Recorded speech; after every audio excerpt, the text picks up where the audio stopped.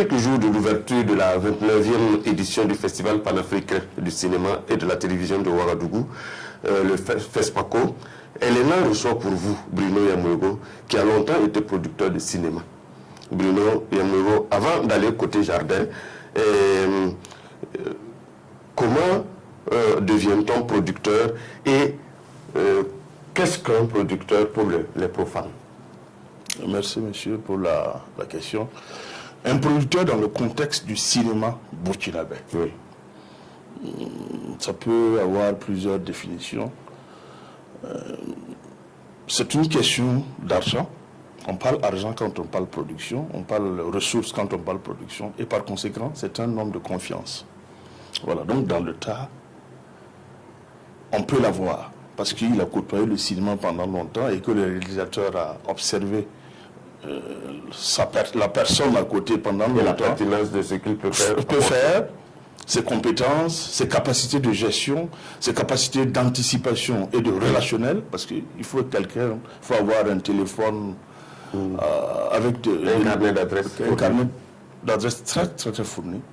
Donc, par ce constat, le réalisateur peut décider de confier, parce qu'ici c'est le réalisateur qui est le grand patron. Dans le contexte francophone, cinéma burkinabé, c'est le réalisateur qui est scénariste, souvent producteur, et il délègue. Donc, on peut avoir ce genre de producteur-là, mais qui a un minimum dans la tête quand même. Ouais, il faut avoir fait la gestion, par exemple. La gestion, pas forcément, mais il faut être quelqu'un qui est rigoureux, qui anticipe, qui a une vision, qui a de l'orationnel, qui est vraiment dispo. Voilà. Mais maintenant, la gestion, c'est un plus. C'est un plus parce que quand même, un cahier, il y a de la comptabilité qu'il faut tenir.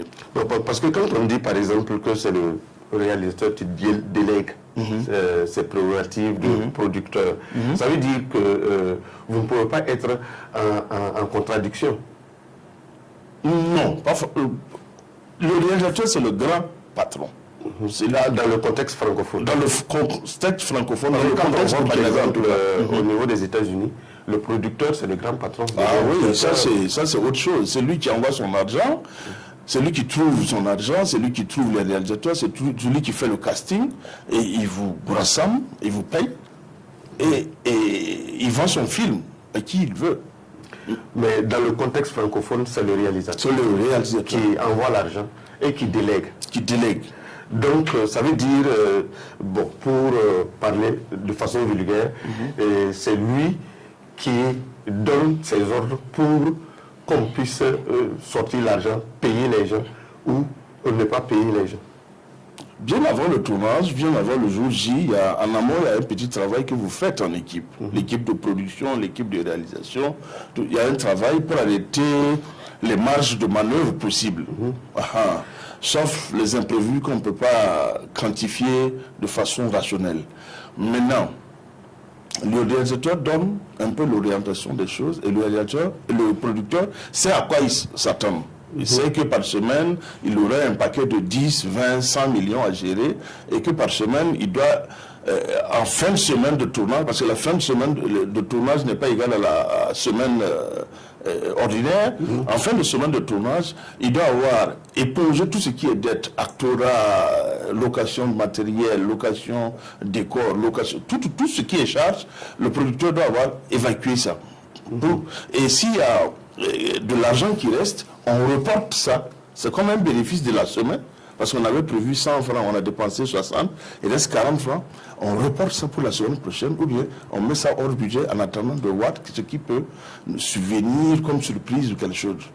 Mais dès le moment que l'argent rentre dans les mains du producteur, même si c'est délégué, est-ce que le réalisateur peut faire une ponction de l'argent pour pouvoir faire autre chose que le tournage? Il y a le budget de souveraineté, si on peut l'appeler ainsi, du réalisateur.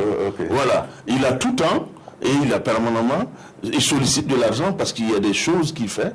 Parce que nous sommes dans un contexte africain où, par exemple, vous pouvez croiser une notabilité, une personne aux ressources, où il faut donner de la cola, des trucs comme ça. Et le réalisateur fait ça de sa main, mais c'est la production qui supporte ces différentes charges, parce que c'est dans le cadre du cinéma. Si vous arrivez dans un 6 mètres bruyant, où il y a une personne d'une certaine sagesse qui peut taire le 6 mètres, Voilà. Et cette personne, vous l'utilisez pour tourner pendant 48 heures ou une semaine. En partant, le réalisateur a le devoir, il sait, même si on ne le dit pas, son éducation même l'oblige à aller dire merci. Et le merci ici, dans le contexte burkinabé africain, ça se fait avec quelque chose. Et ce n'est pas de sa poche.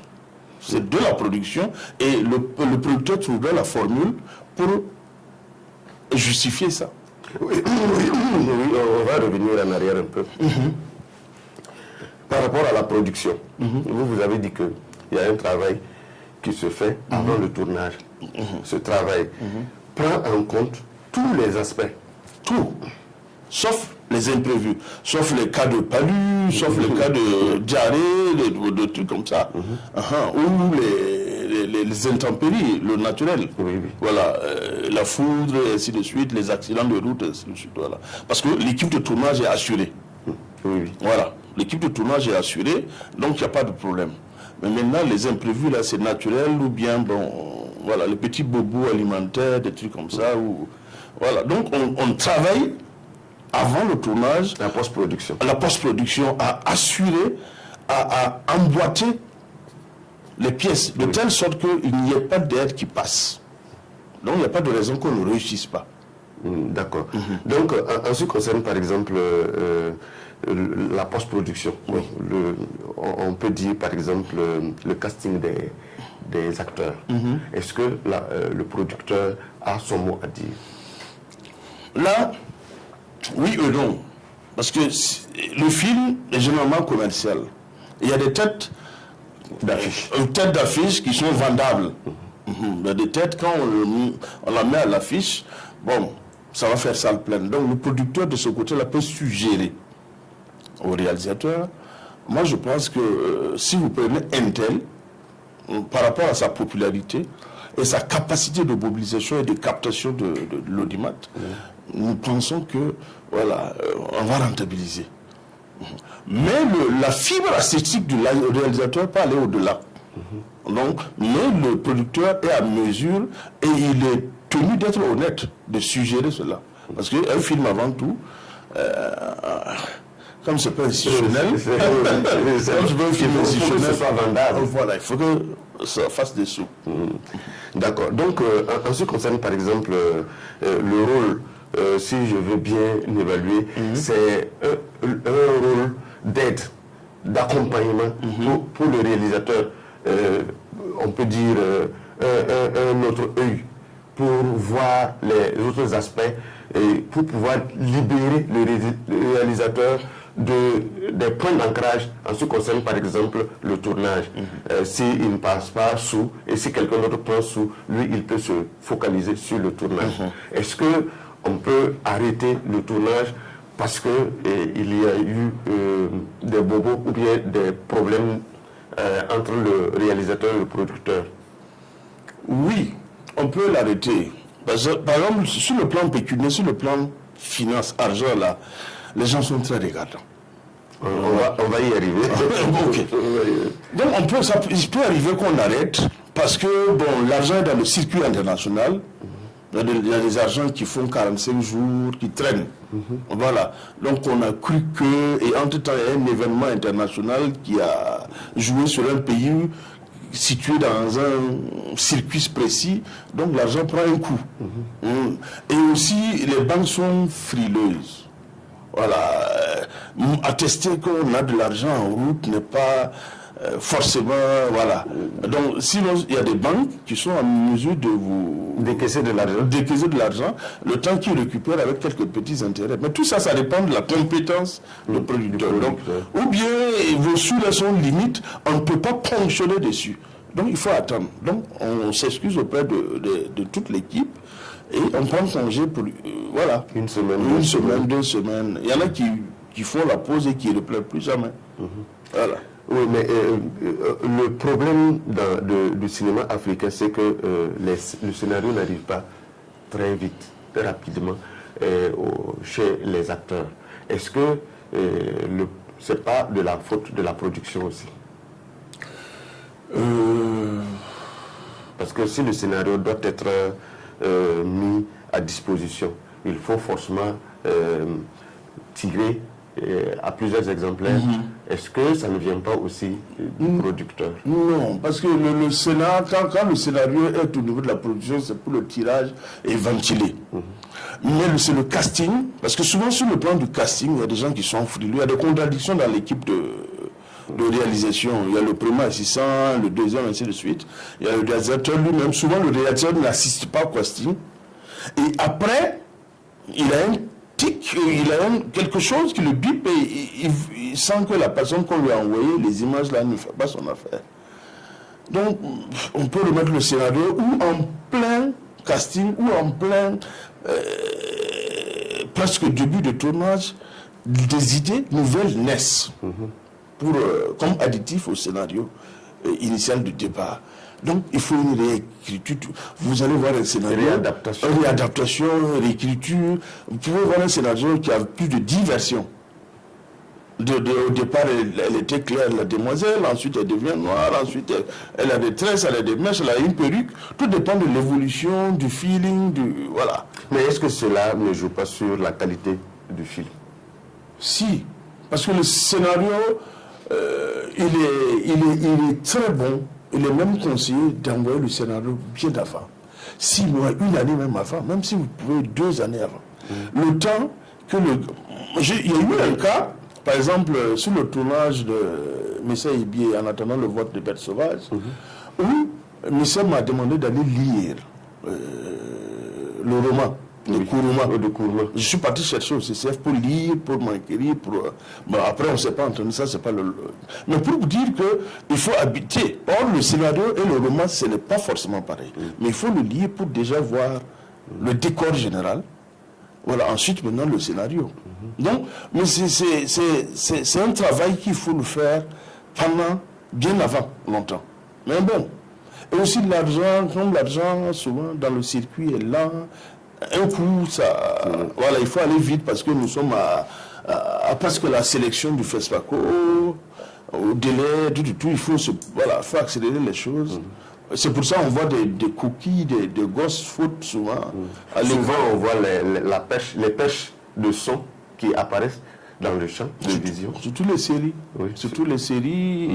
Parce qu'on a parlé de Missa Ibié, un très grand réalisateur, paix à son âme, qui a fait un commissariat du Tampi. Exact. Et qui a cartonné quand même en Afrique au Burkina. Le fauteuil et autres. Le fauteuil et tout. Mais souvent, c'est au niveau du montage. Est-ce que quand le film est fini, le producteur et l'équipe de réalisation revoit le film avant qu'on puisse le mettre sur le marché? Bien sûr. Mais bien sûr. Pas forcément les coquilles ou les grosses bouts qu'on voit souvent. Ça, c'est dû souvent au niveau de la post-prod, là, c'est dû souvent au fait que même le réalisateur soit un peu feignant ou fatigué, il délègue.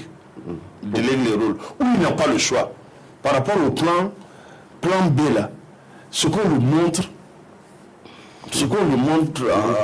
il n'a pas le choix, voilà, les séquences là, il n'a pas le choix que faire avec. Donc, malgré il fait avec. Maintenant, on va parler relation, vous, avec les acteurs. Les acteurs ne sont pas forcément contents souvent avec le producteur et ils soupçonnent le producteur de pouvoir ponctionner sur leurs revenus pour s'enrichir lui-même. Qu'est-ce que vous avez à dire par rapport à ça? C'est pas totalement faux, mais souvent dans l'équipe de réalisation, là, il y a des problèmes. Le réalisateur fait souvent des propositions dont le producteur ignore. L'assistant, le premier assistant qui est en principe qui doit être le patron, lui aussi il fait des propositions. Et il y a des propositions dans des propositions. Oui. Ouais, bon. Donc il faut s'entendre à un moment donné. Il faut s'entendre à un certain moment donné. Maintenant, nos réunions, on a dit, à nos réunions, on a arrêté que le rôle principal, par exemple, est à 1 million. Chogo, c'est à 1 million. Et le réalisateur discute à 1,5 million, le premier assistant, parce qu'il faut se dire aussi que dans le milieu aussi, il y a des brebis galeuses. Surtout quand c'est face à la gente féminine, là, c'est délicat. Voilà, pour peu qu'elle présente très bien et que tu es sensible à certaines choses, bon, souvent il y a des gens qui délirent et qui pensent qu'à l'espace d'un film, on peut posséder une femme. Ça se fait. C'est des faits qui existent complicité. Mais ça se fait. Mais c'est pas tout le temps. C'est pour ça d'ailleurs beaucoup fuient le milieu du cinéma parce qu'on se dit que bon, si je laisse ma copine ou mon épouse ou quoi y aller, c'est pas sûr qu'elle en sorte indemne. Donc, il y a ces petites discussions-là qui souvent, à la fin du tournage, quand l'acteur ou l'actrice vient voir le producteur pour sa paye, tu lui tends l'enveloppe, tu dis, bon, c'est 1 million. S'il est là, il dit non, comment 1 million? Comme on m'a dit que c'est 1,5 million. Donc, il se dit, dans sa tête, vous avez détourné les 500 000. Les 500 000. Or, pourtant, le patron et moi, le réalisateur et moi, quand nous avons discuté avec le premier assistant, nous avons décidé que ce soit 1 million, quelle que soit la personne, sans la connaître. Maintenant, au fur et à mesure qu'on fait, des choses naissent, des amours naissent, des sensualités naissent, voilà, des faiblesses naissent. Voilà, il y a des réalisateurs qui dînent au bord de piscine, au budget, au compte de la production, avec des actrices, que c'est pour parfaire le film, je ne sais pas. Est-ce que ça s'arrête à la piscine? Ça va au-delà? Je ne sais pas. Ça c'est à voir. À savoir. Donc, tout ça, ça joue dans le film. Et imaginez-vous qu'une fois, le rôle est à 200 000, et le réalisateur te donne 500 000. Juste cadeau parce que j'aime bien ta personne. Bon, c'est sûr qu'il y a eu des choses. Au niveau du producteur, il veut tendre 200 000. L'artiste ne peut pas comprendre que le réalisateur, de façon fortuite, me donne 500 000 et qu'arrivé à mon niveau, je donne 200 000. Oui. Il se dit, mais il y a quoi? Peut-être que je suis parti avec 1 million. Si on m'a donné 500 000 sans ça, et ici c'est 200 000. Donc il y a des petits cas comme ça, c'est la réalisation souvent qui fait embourber le producteur. Il y a des cas aussi où le producteur aussi, c'est vraiment aussi ça. Voilà, il rabote. Oui. Voilà, pour pouvoir avoir une image. Voilà, pour se remplir les poches, quoi. Mais maintenant, par exemple, la plus grosse somme que vous, en tant que producteur, vous avez donnée à un acteur, ça s'évalue à combien?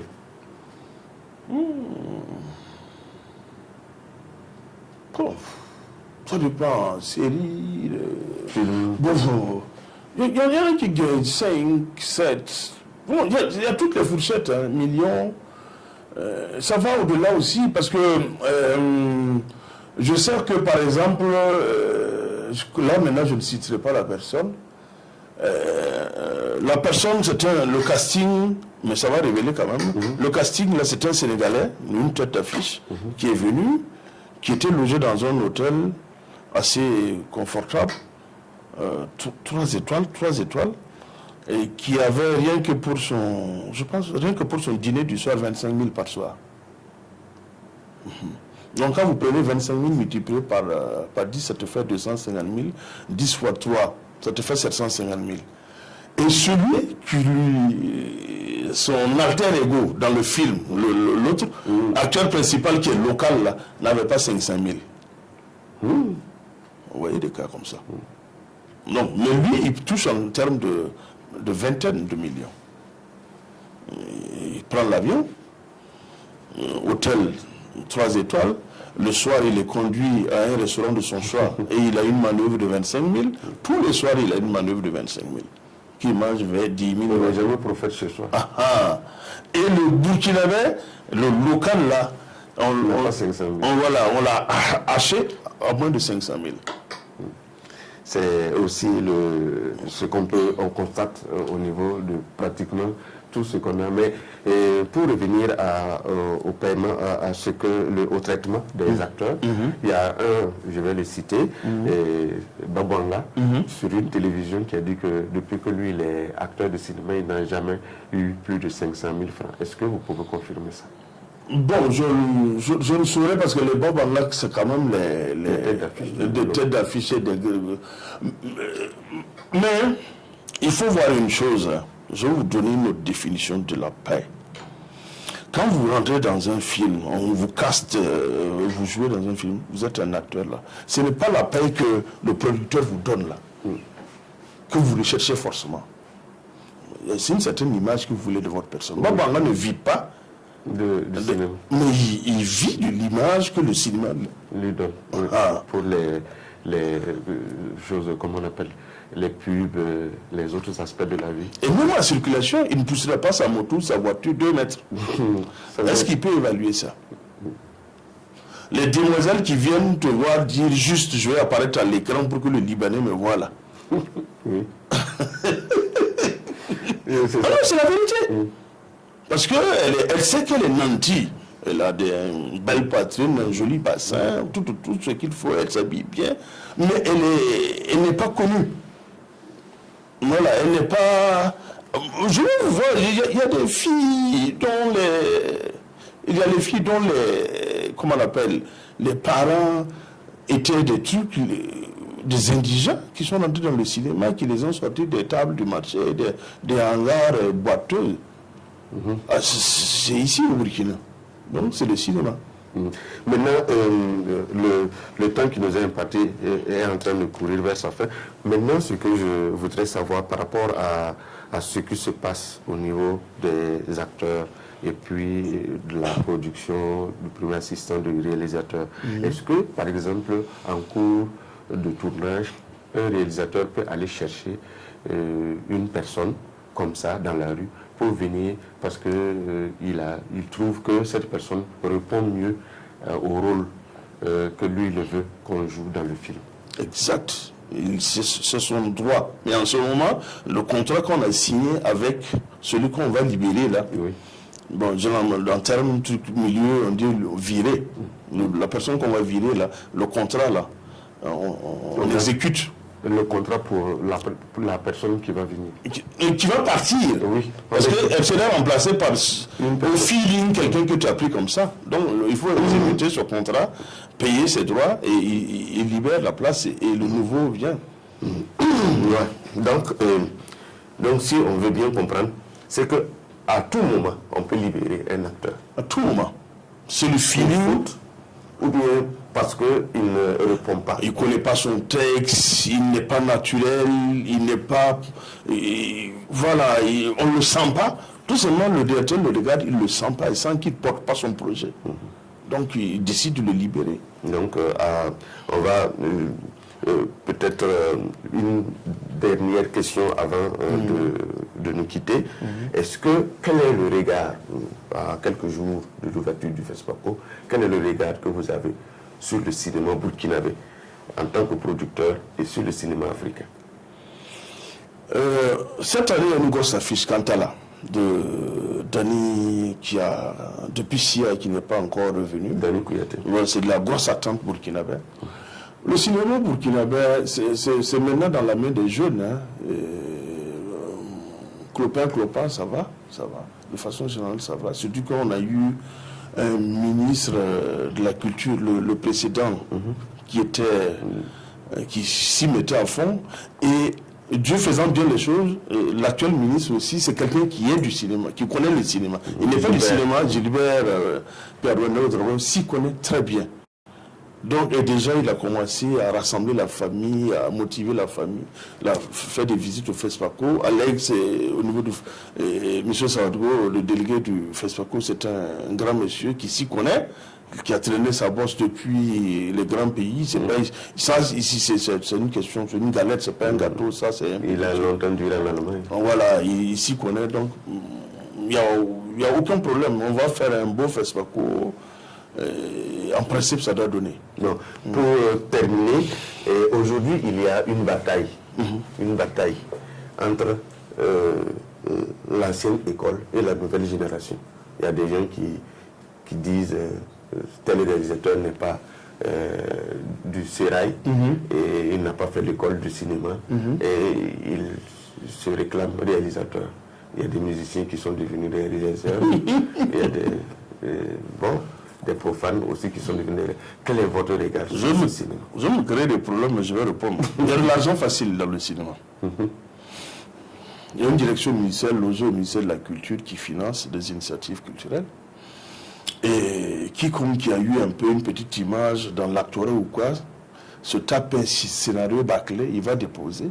Je ne sais pas, il y a eu même vent où il y a eu des cuissages pour des financements. Ça circule, mais on ne peut pas citer, c'est une question Et subitement, on voit un tel réalisatrice ou réalisateur et le film est projeté. À peine même 2 projections au cinéma burkinabé, il est mort. Donc, la whole school, comme pour parler un peu jeune, quand on parle, la querelle des écoles, là, elle est réelle.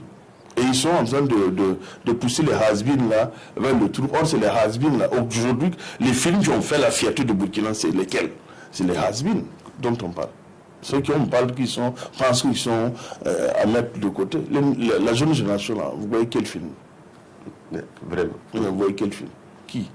Un peu c'était qui? C'est toujours en tête, toujours, quand tu cites, tu dis, tu as vu quel film? Ah, dans Air France, j'ai vu Douga, j'ai vu Sia, j'ai vu La Nuit du Destin, j'ai vu... Mais c'est des têtes, c'est des... Voilà, j'ai vu Wenyam, j'ai vu des trucs comme ça. Mais... C'est des personnes qu'on ne connaît pas forcément. Oui, des gens même qui, dans la musique, n'ont même pas vendu un seul CD.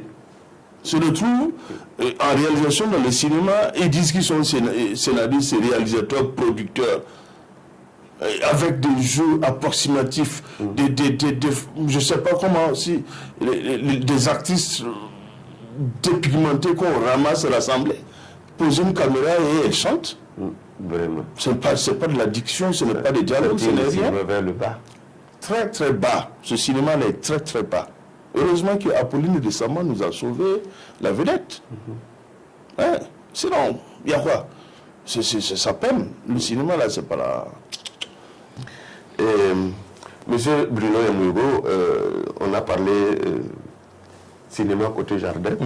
Et on ne peut pas occulter le fait que dans le cinéma, comme vous l'aviez relevé il y a sous peu, qu'il y a souvent ce qu'on appelle vulgairement le droit de cuissage. Est-ce que c'est généralisé? Parce que si on voit, par exemple, ce qui s'est passé aux États-Unis avec Weinstein, qui a été emprisonné pour des faits de violence, de viol, et ici, on n'en parle pas, c'est l'omerta. Est-ce que ça existe? Ça existe.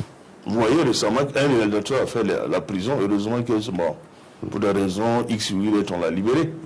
Voilà, son actrice principale s'est retrouvée en prison, on a monté des trucs, on a dit quoi. Bon, le fond, tout le monde sait. Le fond, là, tout le monde sait.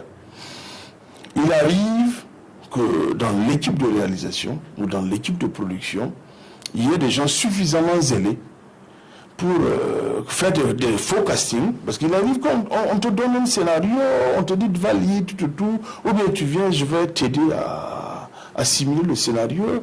Bon, pour le cinéma, tu fais venir la demoiselle dans ton célibatérium. Tu montes un sachet de macaroni avec 2 Fanta. Que vous allez lire le scénario. Et du tête à tête, tu avances. Et tout le monde sait comment ça se passe avec la femme. Donc, ça existe comme ça. En fonction des moyens, il y en a aussi qui vont à hauteur, qui vont à l'hôtel, au bord des piscines, qui dînent avec des actrices, tout. Et qui après, la fille n'est pas bête, elle sait. Et si elle a intérêt, elle n'hésitera pas. Sinon, elle sera virée. Sinon, et encore que lorsque c'est maintenant que les gens savent que aller en Europe ou aux États-Unis pour présenter quelque chose comme ça, c'est pas... beaucoup refusent. Sinon, si on te dit, le film est attendu à Cannes, le film est attendu à où? À Venise, Montréal, tout. Et que, bon, en principe, je dois voyager avec 2 acteurs. Et que toi, tu devrais... Et tu n'as pas fait, tu te lis parce que tu imagines avoir le passeport en main avec des visas dessus. Ah non. Et après, le passeport ne vient pas. On t'a déjà procédé. Tu fais comment? Mais est-ce qu'on en parle? On n'en parle pas, mais entre nous, on sait. Nous savons qui est passé à la casserole. On se connaît.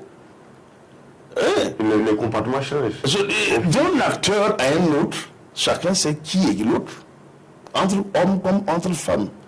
Voilà. C'est pas la peine de monter les vitres de sa voiture et se la péter. On sait qui tu es. Voilà, on sait qui je suis aussi. Si tu as passé par le chemin plus ou moins normal, les gens savent. Si tu es passé par des raccourcis aussi, les gens savent. Voilà. Mais maintenant, comme les gens voient ce qui est mirobolant, bon, on se contente de voir le véhicule et la villa. Merci. Votre puissance existe. Merci beaucoup, Monsieur Bruno Yamogo, qui vous êtes prêté à nos questions pour ce premier numéro de Ciné Côté Jardin. Nous espérons vous recevoir très prochainement encore pour une autre session de télévision avec nos téléspectateurs de Elena qui nous suivent à travers le monde. Merci à vous qui êtes restés pendant un certain moment à suivre très passionnément le passage de M. Bruno Yamogo devant vos écrans. Que la paix et l'amour soient notre credo dans cette télévision. Merci beaucoup et très prochainement. Amen. Merci.